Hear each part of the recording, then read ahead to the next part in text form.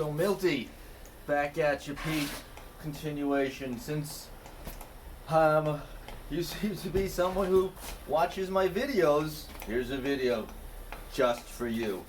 I'm here in my studio. Obviously, Pete, being the cheapest man that's ever lived, is working out of a let me see if I can give you a little tour of my studio.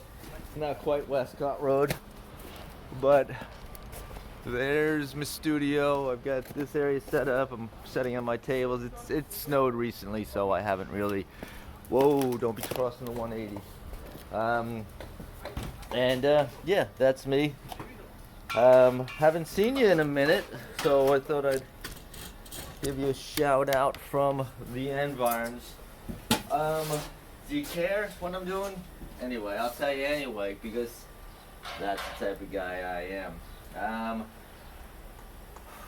I don't know, I get really tongue-tied every time I just...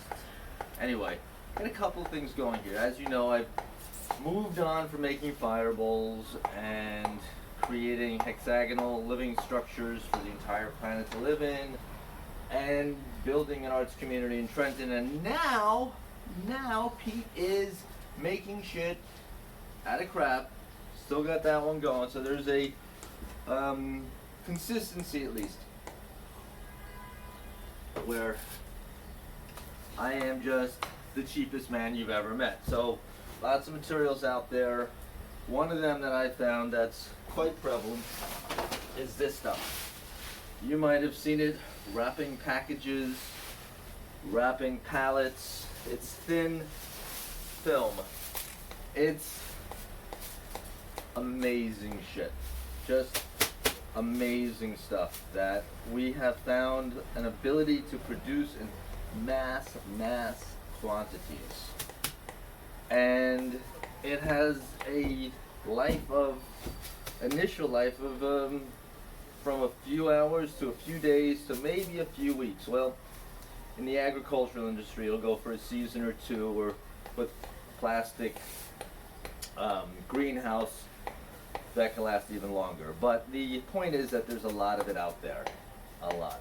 And it's amazing stuff. It's these long chain polymers that have this amazing strength and anyway, I'm not going to go on my love letter about plastic film, but I have found that these films will bond to each other and create a solid structure just by being hot sand administered to it. So obviously this is just a piece of crap, but it's my piece of crap. So it's special. It's special in that way. And the idea is that you can get layers of this, and then you apply hot sand, and the sand, do I need to show you sand? You know what sand looks like. Sand will, just the weight of the sand and the heat will radiate through the sand and fuse all these thin, flimsy shit together into something solid. Like over here, right? This was a lot bigger. I did both sides. Can you see this? So this is now solid. There's sand encrusted into it, and I can get out a lot of the sand, but it's still got. So what do you do with this, Pete? Now you got one of these. What's the point? What's the point? Nobody really wants one of these, but do they? That's the question. So one of the things I noticed is I can take, and there was a crack in this handle, and so I was able to just wrap it around and paste it in. That's all tea. Sorry. Anyway, that's what I'm doing. I could go on and on and on. Here's actually not even film. This is a tubing that they used in the agricultural industry when they put down plastic, and they have these tubes that run the water, and I wrap it around and I made a handle. My ideas are, if I may say, a little grander than just making a handle.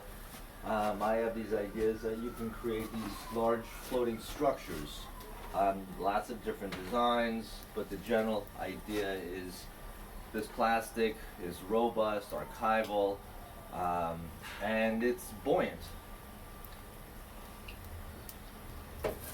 And so you make these structures that will float, animals, plants, biosystems will grow on them, and then you can basically take an area of water that is, I wouldn't say unused, but underutilized. You can use it for taking a lot of the excess chemicals and fertilizers and whatever else. You can sort of remediate waterways utilizing these things. So, oh God, I'm really not making any sense. But Milty, I know you, I love you. I don't think you think I'm any crazier now, but maybe you do. Peace out.